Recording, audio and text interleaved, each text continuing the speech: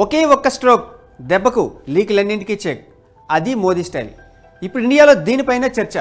అవును, దేశంలో పోటీ పరీక్షలు, ఇతర పరీక్షల్లో పేపర్ లీకేజీలకు శాశ్వతంగా చెక్ పెట్టడానికి మోదీ సర్కార్ సిద్ధమైంది.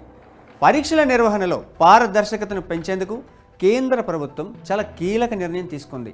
ప్రధానమంత్రి నరేంద్ర మోదీ ఉన్నత స్థాయి పరీక్షల సంస్కరణల టాస్క్ ఫోర్స్ను ఏర్పాటు చేసినట్లు ఆదివారం ప్రకటించారు. हमारी परीक्षा पद्धति विश्वस्त हो, हमारी परीक्षा पद्धति ट्रांसपेरेंट हो, हमारी परीक्षा पद्धति में सबसे ज्यादा अब टेक्नोलॉजी का उपयोग हो, इन सारी बातों को ध्यान में रखते हुए विश्व प्रसिद्ध टेक्नोलॉजी एक्सपर्ट श्रीमान नंदन नीलेकनी जी के नेतृत्व में एक हाई पावर टास्क फोर्स बनाने का निर्णय किया है. ఈ ఉన్నత స్థాయి కమిటీకి ఇన్ఫోసిస్ సహా వ్యవస్థాపకుడు, ప్రపంచ ప్రఖ్యాత సాంకేతిక నిపుణుడు నందన్ నీలేకని చైర్మన్గా వ్యవహరిస్తారు. పబ్లిక్ ఎగ్జామినేషన్ సవరణ బిల్లు 2026 దీని గురించి ప్రధాని చేసిన ప్రకటన దేశవ్యాప్తంగా ఉన్న విద్యార్థులకు భరోసాగా నిలుస్తోంది. ఈ బిల్లు ఉద్దేశం చూస్తే విద్యార్థుల భవిష్యత్తును కాపాడటం, అలాగే పారదర్శకమైన విశ్వసనీయమైన పరీక్షా విధానాన్ని అందించడమే లక్ష్యంగా ఉంది. ఇదే తమ ప్రభుత్వ ప్రాధాన్యత అని ప్రధాని కూడా చెప్పారు. దీనికి సంబంధించి ఆదివారం ఎక్స్లో ఒక వీడియోను విడుదల చేశారు. అందులో టాస్క్ ఫోర్స్ ఏర్పాటు వెనుక గల 3 ప్రధాన కారణాలేంటో కూడా చెప్పారు. అవన్నీ నేను మీకు ఇప్పుడు చెప్తాను. అందులో మొదటిది కీలక పరీక్షల నిర్వహణ వ్యవస్థపై ప్రజల్లో, అభ్యర్థుల్లో కోల్పోయిన నమ్మకాన్ని పునరుద్ధరించడం. ఇక రెండోది సాంకేతిక ఆధారిత భద్రతా చర్యల ద్వారా పేపర్ లీకేజీలను అరికట్టడం. మూడోది నేషనల్ టెస్టింగ్ ఏజెన్సీ ఇతర పరీక్షా సంస్థల్లో నిర్మాణాత్మక సంస్కరణలు తీసుకురావడం. ఇవి 3 ముఖ్య కారణాలు. ప్రధాని ప్రకటించిన టాస్క్ ఫోర్స్ ముందు 4 ప్రధాన లక్ష్యాలను కేంద్రం ఉంచింది. వాటిని ఒక్కొక్కటిగా చూద్దాం. బహిరంగ పరీక్షల్లో పారదర్శకతను పెంచడం, పరీక్షల ఇన్విజిలేషన్, కంట్రోల్, పర్యవేక్షణలో AI డిజిటల్ సెక్యూరిటీ టెక్నాలజీని వాడటం, ప్రశ్నపత్రాల తయారీ నుండి పంపిణీ వరకు ప్రతి దశలోనూ లీకేజీలకు తావు లేకుండా చేయడం, పోటీ పరీక్షల వ్యవస్థ సామర్థ్యాన్ని, క్రెడిబిలిటీని పెంచడం. ఈ కమిటీలో సాంకేతికత, భద్రత, లాజిస్టిక్స్, పరిపాలనా రంగాలకు చెందిన దిగ్గజలైన నిపుణులను సభ్యులుగా నియమించారు. పరీక్షల నిర్వహణలో ఎలాంటి లోపాలు లేకుండా 100% యాక్యురసీతో ఉండే డిజిటల్ భద్రతా వ్యవస్థను రూపొందించడమే ఈ కమిటీ పని. త్వరలోనే ఈ టాస్క్ ఫోర్స్ తన సమగ్ర నివేదికను కేంద్రానికి సమర్పిస్తుంది. ఇక కమిటీలో సభ్యులుగా ఎవరెవరు ఉన్నారో కూడా చూద్దాం. ఫస్ట్ నందన్ నీలేకని గురించి చెప్పుకోవాలి. 1981లో నారాయణమూర్తి ఇంకా మరో 6 సహ వ్యవస్థాపకులతో కలిసి ఇన్ఫోసిస్ సంస్థను ప్రారంభించారు.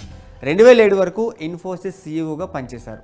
2009లో నాటి యూపీఏ ప్రభుత్వం ఏర్పాటు చేసిన యూనిక్ ఐడెంటిఫికేషన్ అథారిటీ ఆఫ్ ఇండియాకి తొలి చైర్మన్గా బాధ్యతలు చేపట్టారు. దేశంలోని ప్రతి పౌరుడికి ప్రత్యేక గుర్తింపు సంఖ్య అందించే ఆధార్ ప్రాజెక్టును విజయవంతంగా అమలు చేయడంలో ఆయన సక్సెస్ అయ్యారు. పరీక్షల డేటా హ్యాకింగ్కు గురి కాకుండా ఉండేలా ఎండ్ టు ఎండ్ ఎన్క్రిప్టెడ్ ప్లాట్ఫామ్ను రూపొందిస్తారు. అలాగే పరీక్షా కేంద్రాల్లో బయోమెట్రిక్, AI ఆధారిత తనిఖీల ద్వారా ఇతరుల పేర్లతో పరీక్ష రాసే అక్రమాలకు స్వస్తి చెప్తారు. ఈ కమిటీలో మరో ముఖ్యమైన వ్యక్తి వి కామకోటి. ఐఐటి మద్రాస్ డైరెక్టర్గా ఉన్న కామకోటి కంప్యూటర్ ఆధారిత పరీక్షల్లో సైబర్ దాడులు జరగకుండా సాఫ్ట్వేర్ సర్వర్ భద్రతను పటిష్టం చేయడంలో ఈయన రోల్ చాలా కీలకం. ప్రతి కంప్యూటర్లో ప్రశ్నల వరుస క్రమం, పరీక్ష సమయానికి ఆటోమేటిక్గా మారే AI టెక్నాలజీని తయారు చేసే పనిలో ఉన్నారు. దీనివల్ల లోకల్ సర్వర్ల హ్యాకింగ్, స్క్రీన్ షేరింగ్ వంటి సైబర్ నేరాలకు అడ్డుకట్ట పడుతుంది. ఇక మూడో ముఖ్యమైన వ్యక్తి ఎస్ సోమనాథ్. ఇస్రో మాజీ చైర్మన్ అయిన సోమనాథ్ అంతరిక్ష ప్రయోగాల్లో వాడే జీరో ఎర్రర్ విధానాన్ని పరీక్ష వ్యవస్థలో అమలు చేసేందుకు ప్లాన్స్ తయారు చేస్తారు. ప్రశ్న పత్రాల తయారీ నుంచి ఫలితాల విడుదల వరకు ప్రతి దశలోనూ బహుళ అంచెల తనిఖీ వ్యవస్థలను ఏర్పాటు చేస్తారు. దీనివల్ల మానవ పొరపాట్లు లేదా సాంకేతిక లోపాలు తలెత్తకుండా చూడటానికి వీలవుతుంది. ఇక మరో important person Tapan Deka. Intelligence bureau మాజీ డైరెక్టర్ అయిన ఈ రిటైర్డ్ IPS ఆఫీసర్ పరీక్షల మాఫియా, పేపర్ లీక్ ముఠాల గుట్టు రట్టు చేసేందుకు హెల్ప్ చేస్తారు. అవసరమైన రియల్ టైమ్ సైబర్ నిఘా వ్యవస్థను, ఇంటెలిజెన్స్ నెట్వర్క్ను రూపొందించడంలో సాయపడతారు. లీకేజీలు జరిగే ముందే అనుమానాస్పద కార్యకలాపాలను పసిగడతారు. పరీక్షా కేంద్రాల భద్రతపై కఠినమైన ఆడిటింగ్ నిర్వహించేలా ప్లాన్ చేస్తున్నారు. ఇంకో ముఖ్యమైన నిపుణులు అమృతలాల్ మీనా. లాజిస్టిక్స్ రంగంలో తిరుగులేని హిస్టరీ ఉంది. ప్రశ్నపత్రాల ప్రింటింగ్, రవాణా, స్టోరేజ్ ఈ ప్రక్రియలను డిజిటల్ లాకింగ్, GPS ట్రాకింగ్ ద్వారా పర్యవేక్షించేలా భద్రతా విధానాలను రెడీ చేస్తారు. సరిగ్గా పరీక్ష సమయానికి అంటే అనుకున్న టైంలో మాత్రమే తెరుచుకునే డిజిటల్ లాకర్లను ఏర్పాటు చేస్తారు. దీని ద్వారా పేపర్ ముందే బయటకు వచ్చే అవకాశమే ఉండదు. అలా చేయడానికి కసరత్తు చేస్తారు. సీనియర్ IAS అధికారిని అనితా కర్వాల్ గురించి చెప్పుకోవాలి. కేంద్ర విద్యారంగ శాఖ కార్యదర్శిగా పనిచేసిన అనుభవం ఉంది. గతంలో CBSEకి మాజీ చైర్పర్సన్గానూ సేవలందించారు. తన అనుభవంతో అకాడమిక్ సంస్కరణలు, విద్యార్థుల విధానాలపై అనిత సలహాలు అందిస్తారు. గ్రేస్ మార్కుల విధానం, ఆన్సర్ కీ వివాదాల పరిష్కారం, పరీక్షా కేంద్రాల ప్రామాణిక నిబంధనల అమలు, వీటి ద్వారా మూల్యాంకన ప్రక్రియను మరింత పారదర్శకంగా తీర్చిదిద్దుతారు. ఈ కమిటీ ప్రకటన తర్వాత విద్యార్థుల భవిష్యత్తును దృష్టిలో ఉంచుకొని కేంద్ర ప్రభుత్వం వరుస చర్యలు తీసుకుంటుందని ప్రధాని మోదీ తన వీడియోలో తెలిపారు.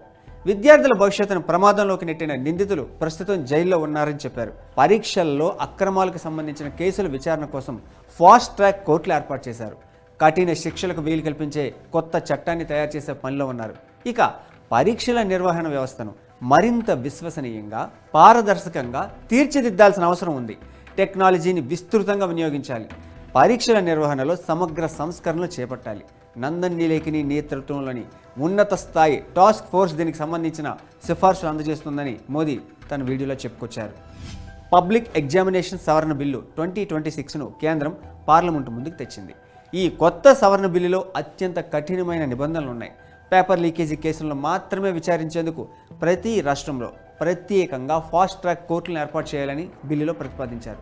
దీంతోపాటు ఈ కేసులకు సంబంధించిన విచారణను కేవలం 2 నెలల గడువులోనే పూర్తి చేయాలని ఇందులో పొందుపరిచారు. పేపర్ లీకులకు పాల్పడే వారిపై ఉక్కు పాదం మోపేలా శిక్షల తీవ్రతను భారీగా పెంచారు. వ్యక్తిగతంగా పేపర్ లీకేజీకి పాల్పడినట్లు రుజువైతే గరిష్టంగా 10 ఏళ్ల జైలు శిక్షతో పాటు 50 లక్షల రూపాయల వరకు జరిమానా విధిస్తారు. ఇక ముఠాగా ఏర్పడి నెట్వర్క్ నడిపే ఆర్గనైజ్డ్ లీకేజీ సిండికేట్లకు ఏకంగా 10 కోట్ల రూపాయల వరకు భారీ పెనాల్టీ విధించేలా కఠిన నిబంధనలు కూడా చేర్చారు. సో లీక్ వీరులకు మోదీ సర్కార్ మాస్టర్ స్ట్రోక్ ఇవ్వబోతోంది. ఈ విషయం ఖాయంగా కనిపిస్తోంది.